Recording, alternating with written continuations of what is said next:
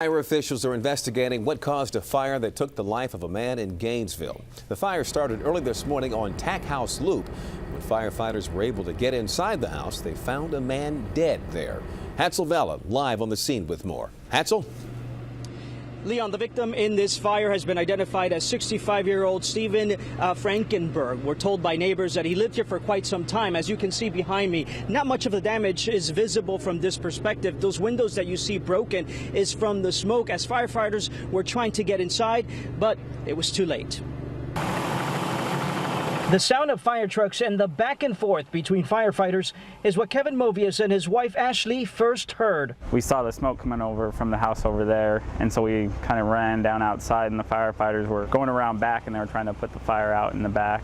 When firefighters knocked out the windows, he says, smoke was pouring out. But by then, it was too late for Stephen Frankenberg. Neighbors say the 65-year-old had trouble getting around. Very difficult time coming up and down his stairs. Like if he came down, it was a pretty important reason for him to come down. This afternoon, a special canine was smelling different samples from the fire, looking for a possible cause. We want to make sure that we're not only detailed in our investigation, but accurate with our documentation. You can see smoke is what heavily damaged the home. The fire did not spread.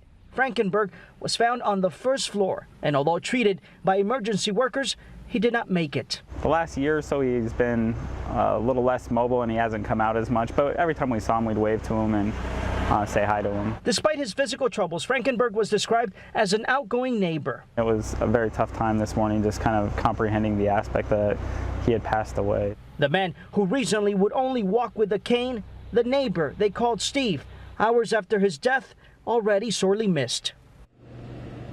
And investigators tell me it could be a while before they figure out how this fire started and what killed Mr. Frankenberg. Live in Gainesville, Virginia, Hatzel Vela, ABC 7 News.